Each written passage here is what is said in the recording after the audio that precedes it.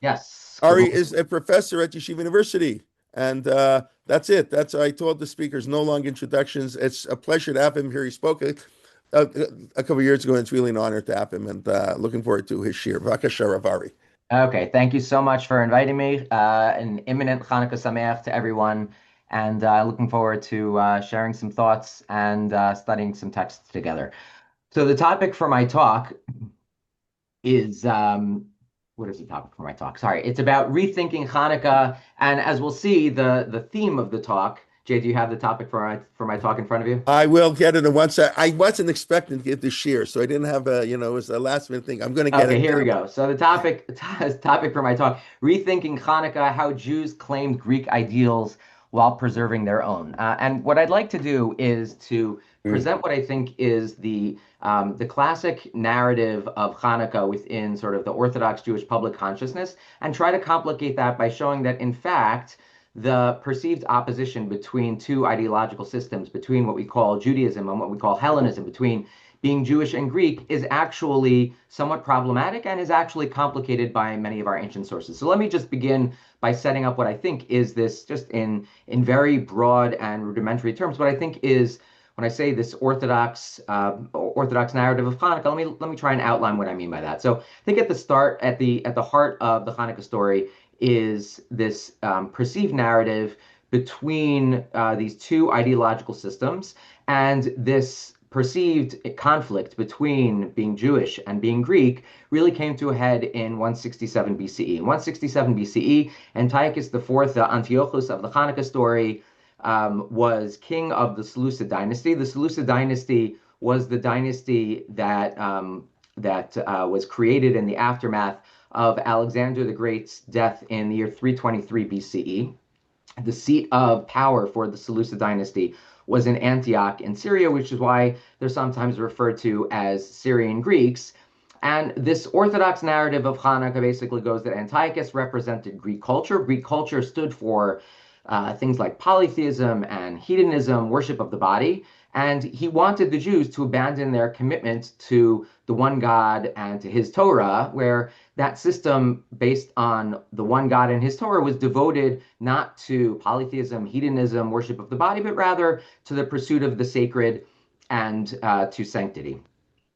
So what ensued following this expectation on the part of Antiochus IV was kind of an inevitable moral and religious clash between advocates of both of these systems. But what I want to show through a study of many of the ancient texts is that ancient Jews actually had a very different attitude toward being part of the Greek world. And that if the traditional Orthodox narrative basically presupposes separation, what I want to show is that texts from antiquity actually written by Jews largely living in the Greek diaspora, that they actually looked for synthesis rather than for separation. That is, that Jews simultaneously embraced many of the values of the outside world while arguing that it was precisely by being Jewish that they upheld these values. So let me just explain what that means. What Jews essentially argue in the text, at least that we're going to be studying together, was that it was by being Jewish that one could actually embody the virtues that Greeks cherished. In the words of one Jewish historian named Sylvie Honigman, it was actually by being Jewish that one could be the best of the Greeks.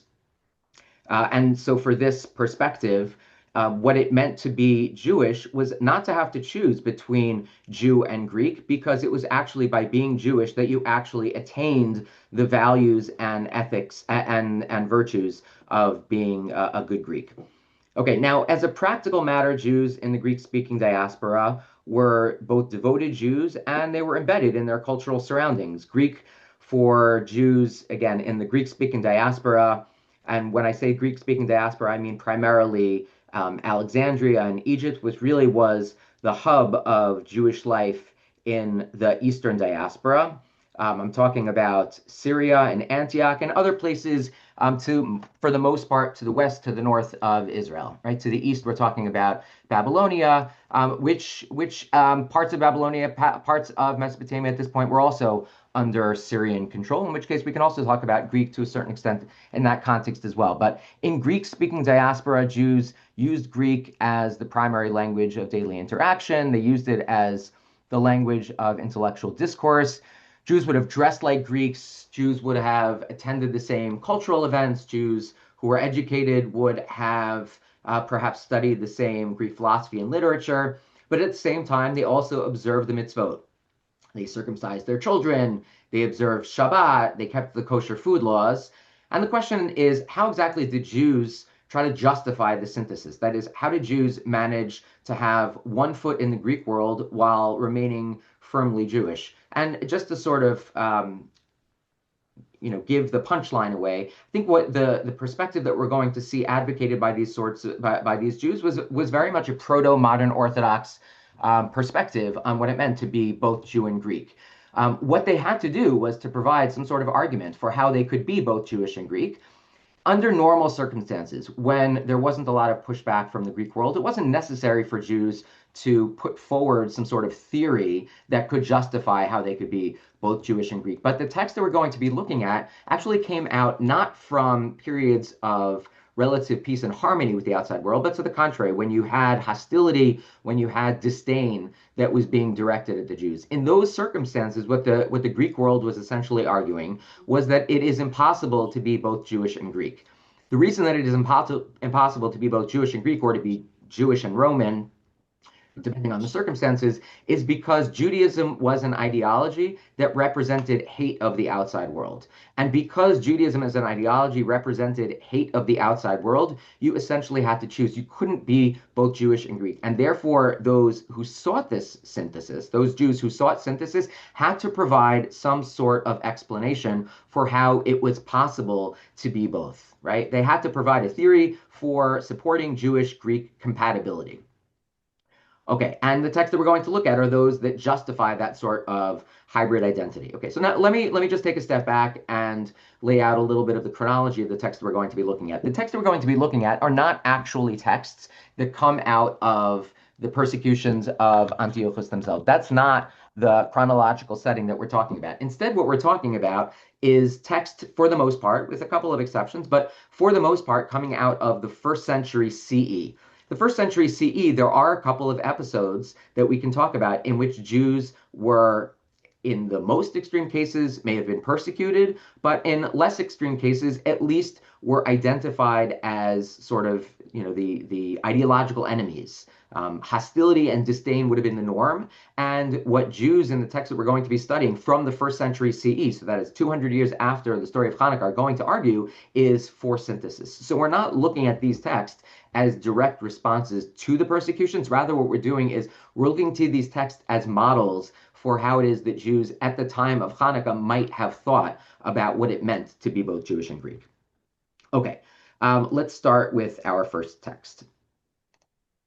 So if you're following along, if you have that, I'm going to share my screen now. If you're following along, then we're reading Tacitus at the top of the first page. Oh, Tacitus. Tacitus is a Roman writer, Roman historian, writing in the beginning of the second century CE. Now, I said before that the texts we're going to be looking at are texts that are emerging from a context in which Jews are the objects of disdain, of hostility, of even persecution. And Tacitus is a very good example of that. Tacitus, writing a generation after the destruction of the Second Temple. The Second Temple was destroyed in the year 70 CE. So a generation after the destruction of the temple, Romans continue to think of the Jews as hateful people. That's how they explain how it is that the Jewish world, not only in Jerusalem, but primarily in Jerusalem, rebelled against the Roman world. The events that led from the year 66 CE until the year 70 CE that led to rebellion and ultimately the destruction of the temple. And there was a lot of hostility directed by the Romans toward the Jews. What we're going to read is, I think, an outstanding example of what such hostility looks like. Tacitus is going to put his finger on two aspects of Judaism that demonstrate that Jews were actually hateful of humanity, that they are bad Roman citizens, and therefore, because they are bad Roman citizens, the Jews essentially need to choose. You can't be both Jewish and Roman. The first thing that Tacitus is going to say is that Jewish history proves that the Jews are a hateful people. And the second thing that Tacitus is going to say is that Jewish law and Jewish practice proves that the Jews are a hateful people. After we look at this passage from Tacitus, we're then going to look at other texts that aren't necessarily responses to Tacitus, right? We don't have that level of response, but what we have is we have texts that are going to respond to these two challenges, proving that Jewish history does not represent a legacy of hate, and proving that Jewish law and Jewish practice also do not represent the legacy of hate. Okay, so let's take a look at what Tacitus has to say in the aftermath of the destruction of the Second Temple in around the year 105 CE.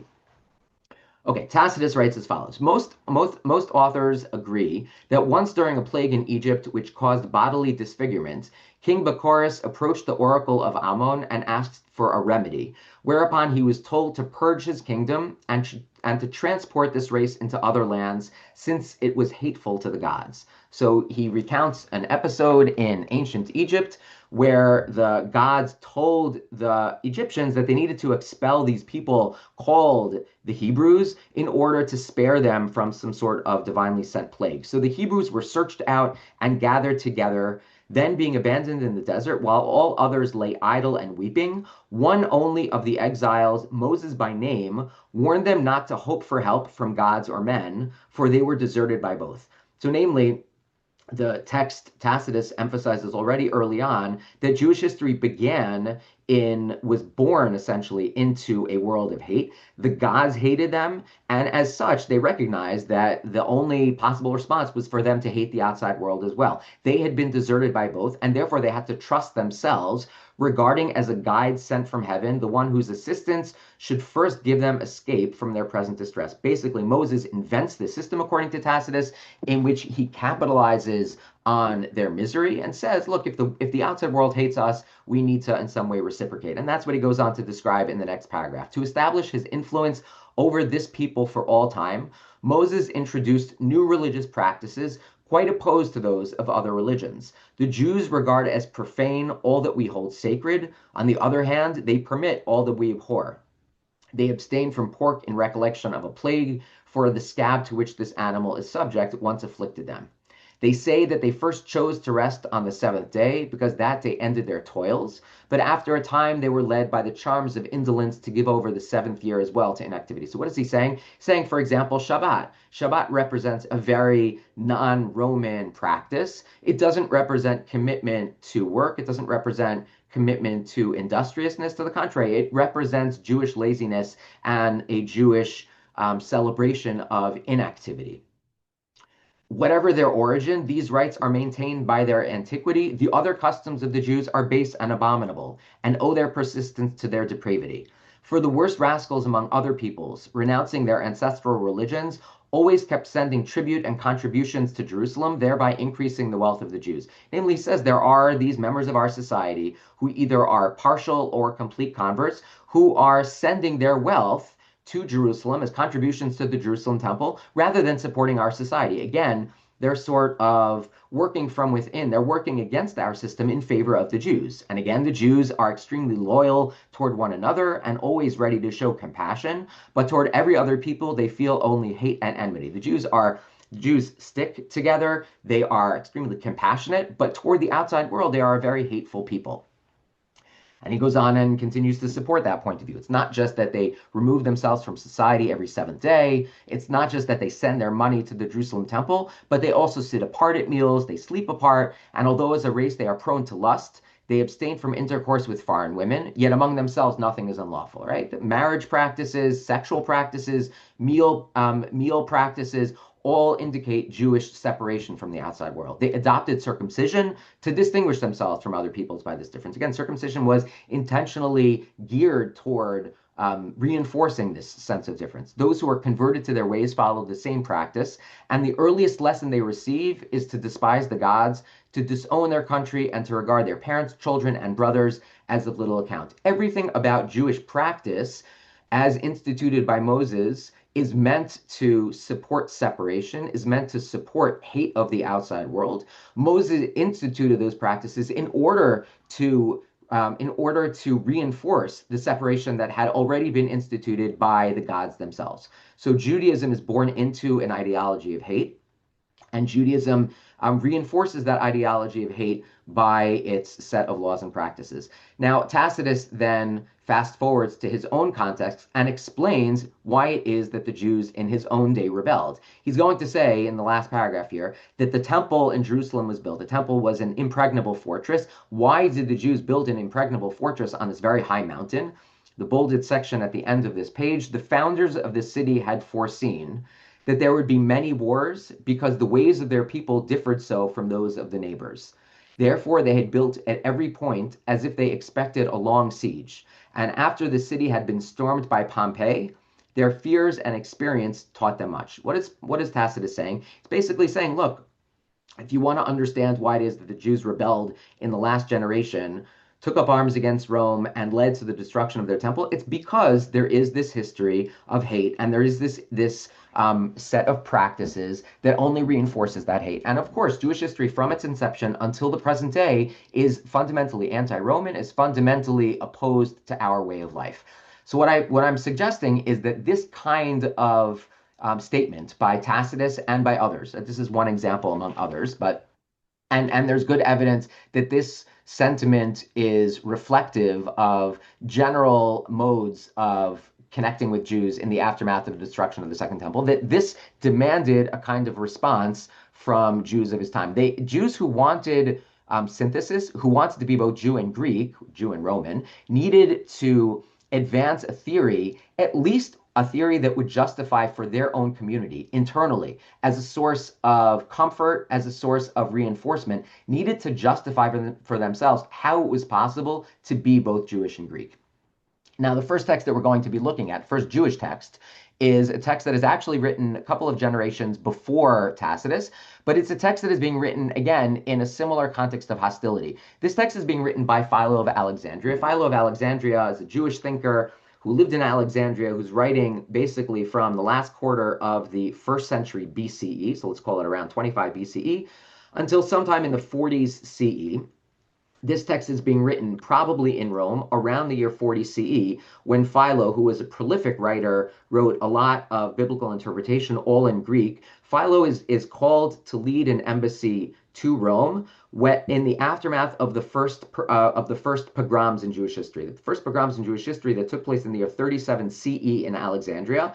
Philo is called off to Rome, and when he's called off to Rome to represent a Jewish delegation supporting their perspective on the controversial issues that had led to this pogrom, when he's in Rome, the Emperor Gaius Caligula decides that he is going to install an idol of himself in the Jerusalem temple, and that Jews need to conform and need to recognize him as God at pain of death. So what we have here is we have the first pogrom, we have a possible form of persecution, and it's in this context that Philo is going to present a narrative about the translation of the Torah into Greek. And what he's going to say is that the translation of the Torah into Greek represents, sort of like in this very ideal way, represents what it means to live in both worlds. We are reviled by the outside world. We are attacked. We are threatened if we don't recognize the divine status of the emperor. And yet we Jews actually do want to be good citizens of the Greek world. So let's see how Philo describes the translation of the Torah into Greek. The narrative that he's talking about, even though it's being written in around the year 40 CE,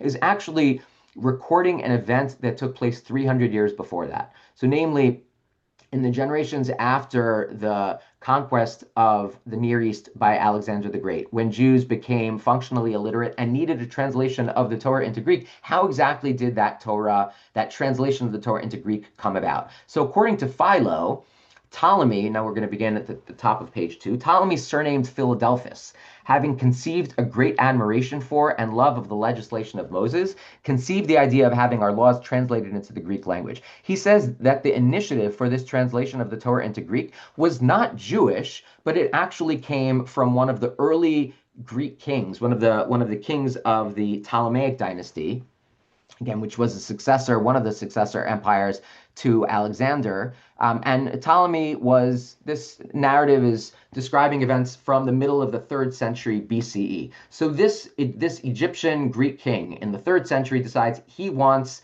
a translation of the Torah into Greek. Why? Because he admired the text of the Torah.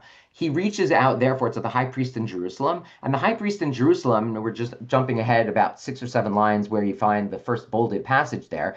The high priest in Jerusalem, thinking that the king had only felt the inclination to undertake a work of such a character from having been influenced by the providence of God, acceded to his request. Meaning, what does the high priest understand? The high priest understands that the only reason why this Egyptian Greek king would want the Torah translated into Greek is obviously because of divine providence. God doesn't want the Torah to remain in the hands of the Jews alone. God gave the Torah to the Jews, but only so that eventually Torah knowledge and access to Torah would be disseminated throughout the entire world. Let's jump ahead to the next bolded section in the middle of the page.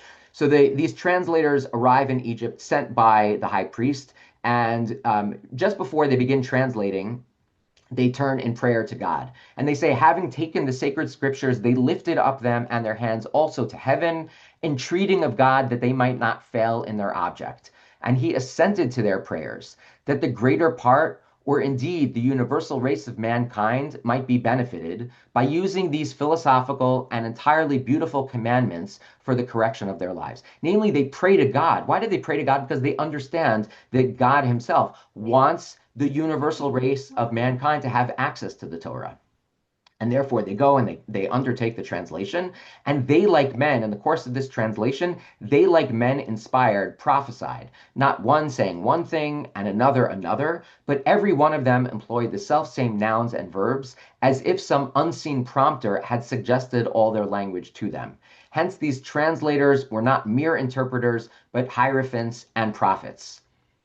There is every year a solemn assembly held and a festival celebrated in the island of Pharos, to which not only the Jews, but a great number of persons of other nations sail across. Why is it that this celebration of this event, the translation of the Torah into Greek, involves the participation of both Jew and Greek? Precisely because the translation was produced not for the benefit of the Jews, but rather for the benefit of the Greeks. And it wasn't only because Ptolemy, the Egyptian Greek king, wanted the translation, it's because God himself orchestrated this translation. For Philo, this is an outstanding proof of synthesis. This is the best evidence that ancient Jews should be both Jewish and Greek, because God wants Jews and Greeks to be part of one community. And therefore, Philo at the end of this passage writes, I think that in that case, every nation, abandoning all their own individual customs and utterly disregarding their national laws, would change and come over to the honor of such a people only. For their laws shining in connection with and simultaneously with the prosperity of the nation will obscure all others.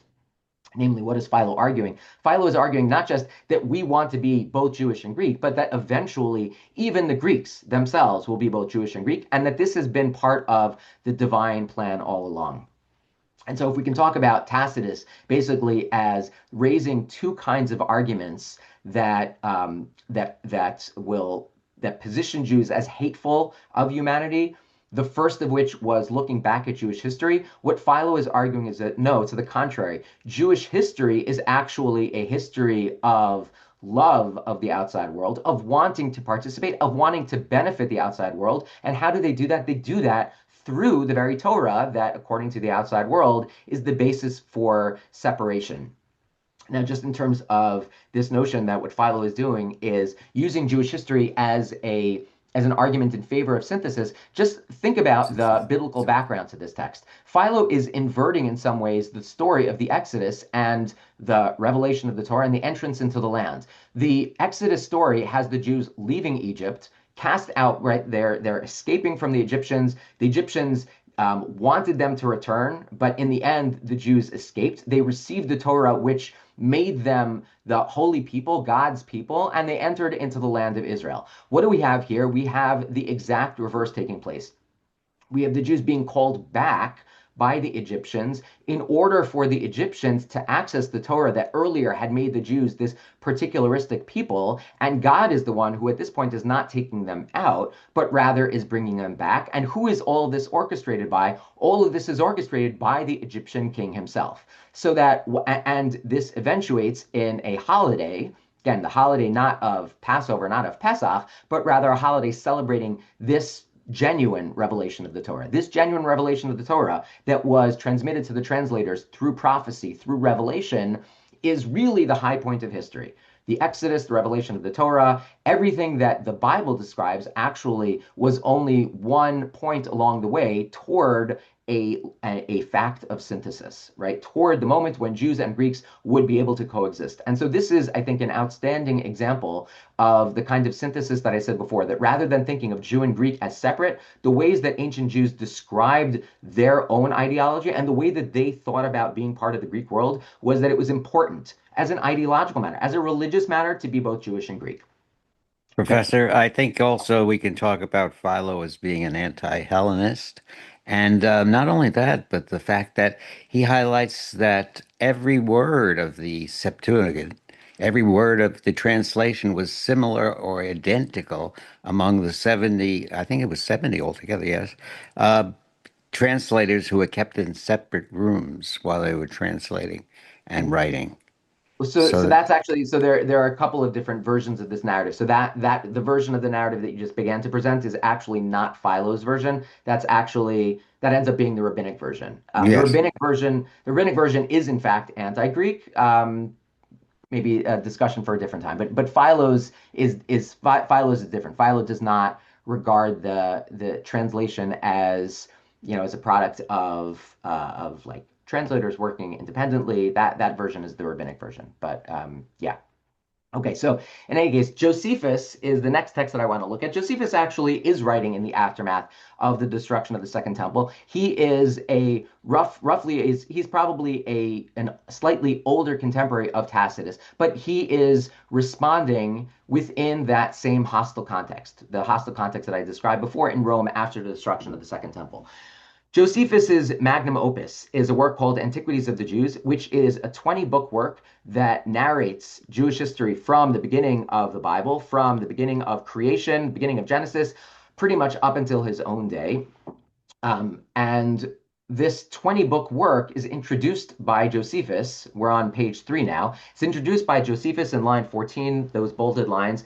And Josephus writes that he's writing the following work, which he writes in Greek. And so his expectation is that this is not only going to be read by Jews, but also hopefully by other Greek speakers. He says, on the whole, one who would wish to read through this history would especially learn from it that those who comply with the will of God and do not venture to transgress laws that have been well enacted, succeed in all things beyond belief, and that their happiness, and here the Greek is important, the happiness here is eudaimonia, and that their happiness lies before them as a reward from God.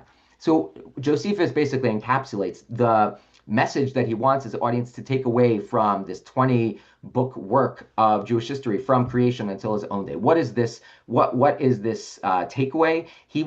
Josephus is arguing that it's those who observe God's law that will ultimately achieve happiness as a reward. Now, why is it so important to see that what Josephus is saying is that Jewish history shows that it's allegiance to God's law that produces happiness? It's precisely because happiness, eudaimonia, was regarded as the ultimate marker of a good life, the ultimate goal of studying Greek philosophy. And that you can see, that this is just one example among others. Aristotle basically writes as follows about the goal of philosophy. Having discussed the various kinds of virtue, and here we're on source 4, having discussed the various kinds of virtue, of friendship and of pleasure, it remains for us to treat in outline of happiness, that same word of eudaimonia, inasmuch as we count this to be the end of human life. Meaning what the end, meaning in terms of the goal of human life. What is the goal of human life? The goal of human life is to achieve happiness, to achieve eudaimonia. So what Josephus is basically saying to a Greek audience is that Jewish history itself is one multi-millennial window into what it means to lead a happy life. The path toward happiness, the path that Greek philosophy is meant to lead toward, can be achieved by studying Jewish history. And so what Josephus is basically saying, Josephus is now responding to the kind of claim found in Tacitus and saying, no, that actually it's not Jewish history that positions us against Greeks, but rather that studying our history can benefit Greeks by seeing what it means as sort of a case study in what it means to achieve eudaimonia, what it means to achieve happiness. Okay, so this is sort of the second text arguing for synthesis between being Jewish and being Greek. Okay, next set of texts are those that focus specifically on one set of laws. Remember that Tacitus singles out the laws of kashrut as one set of laws that contrasts, that sets Jews off from the outside world.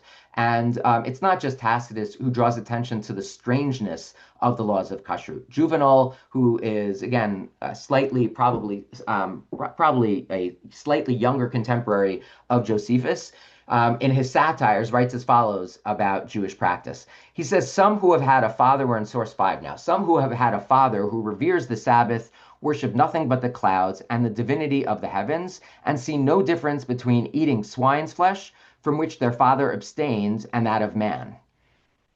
Meaning, what is so strange about being Jewish that Jews think that it is just as problematic to eat pork as it is to eat humans. And there's something for Juvenal that is very strange, to not distinguish between consumption of human flesh and consumption of pork for Juvenal is incomprehensible. And so there's something very problematic, therefore, about Jewish practice, and it's what positions Jewish practice somehow as completely completely independent of kind of the Roman ways of thinking about the world. Created order has humans, and humans are fundamentally different than animals, and yet Jews don't seem to distinguish between them. And Juvenal goes on and explains, again, says that Jewish practice positions Jews as hateful of all humanity, having been wont to flout the laws of Rome. They learn and practice and revere the Jewish law, and all that Moses handed down in his secret tome, forbidding to point out the way to any not worshiping the same rites, and conducting none but the circumcised to the desired fountain. He once again talks about Jewish hate of the outside world. In these texts, in some of the Greek texts, it's the language that's used is misanthropia. They're literally hateful of humanity. They are a misanthropic people.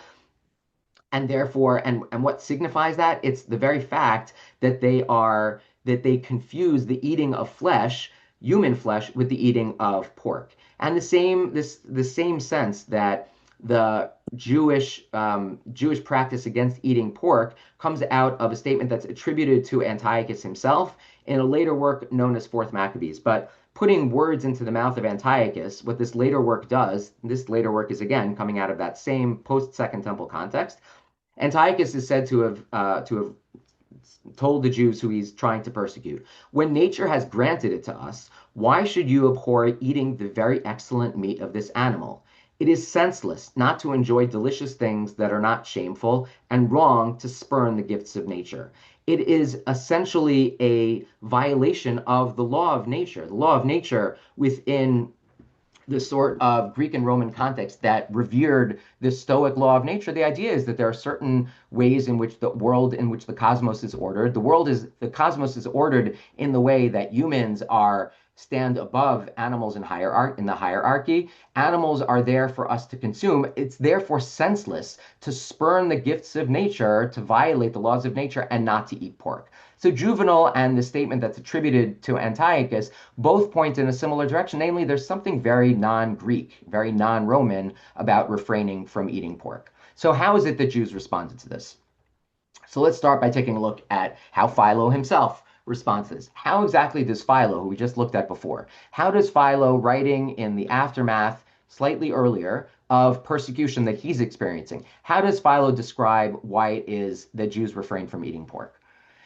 And he writes as follows. He says, now among the different kinds of land animals, there is none whose flesh is so delicious as the pig's, as all who eat it agree. The pig itself, the pork was the pizza of the ancient world. This was a staple of the Roman diet. And so it was incomprehensible to the Roman why it is that Jews would refrain from eating pork. And Philo says it's true. Pig flesh is delicious. And among the aquatic animals, the same may be said of such species as are scaleless. In these and other restrictions, self-control was Moses's ultimate concern, and he, if anyone, had the philosophical expertise to train those with natural aptitude in the practice of virtue. He accomplishes this inculcation of self-control by training and drilling people to be sparing and easily satisfied, targeting the removal of extravagance. What Philo is basically saying is that it is by refraining from eating pork, the Jews actually are the best among the Greeks. Philo's argument needs to be understood against the background of what were the cardinal virtues within the Greek and Roman world. The Greeks and Romans revered four virtues that they referred to as the cardinal virtues. One was bravery, prudence, justice, and temperance. Temperance is basically a form of self-control, right? That you were supposed to stifle your passions. And what Philo is describing here, the language of self-control here is the same language that was used. In the Greek, self-control is saphorsune. It was a way of stifling your passions and restraining yourself from doing things that you otherwise had an appetite to do.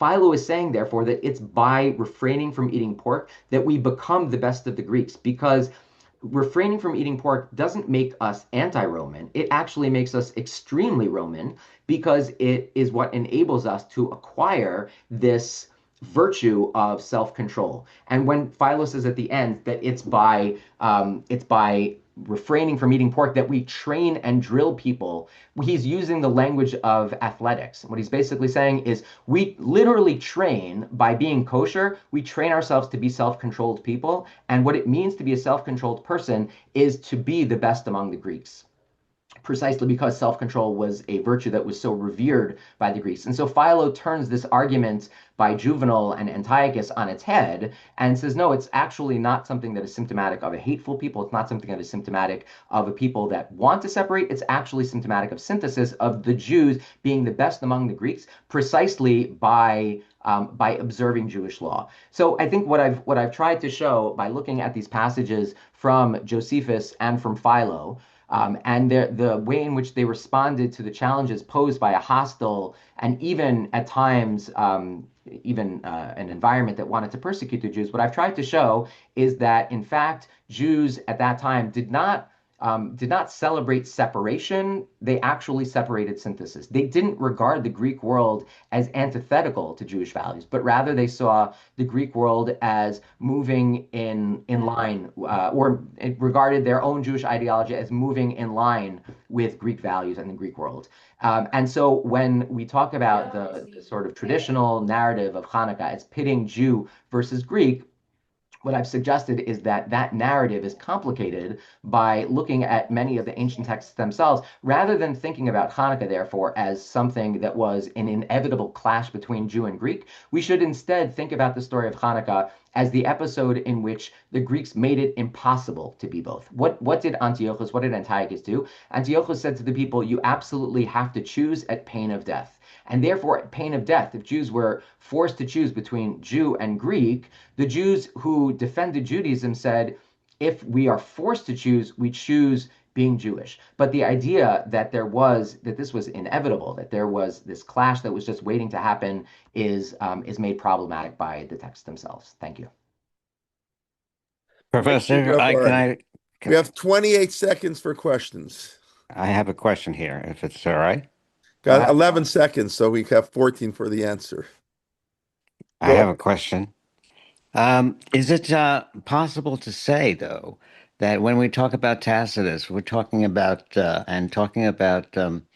his view of the Jews, as well as that of others, they were on the cusp of another Jewish revolt, that of Bar Kokhba.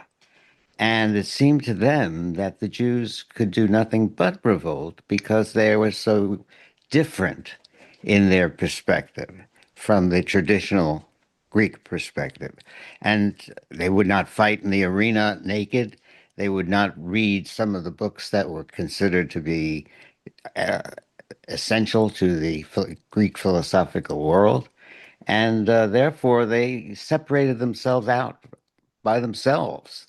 Not that they were forced to, they did it of their own volition, and therefore they really deserved what they got. So we So that have this view here that I think is also anti-Semitic to some degree because of the differences that the Jews put upon themselves from the rest of the Greco-Roman world. I think that's an excellent formulation of what Tacitus is arguing. Very good. Yeah, absolutely. All right. Thank you very much. Thank You're you, welcome. Avari. Thank you. Okay, and we'll give people 10 seconds to stretch, get out of their chair and stretch, and then we'll have Rabbanit Leah Sarna, who I see smiling on the bottom of the screen.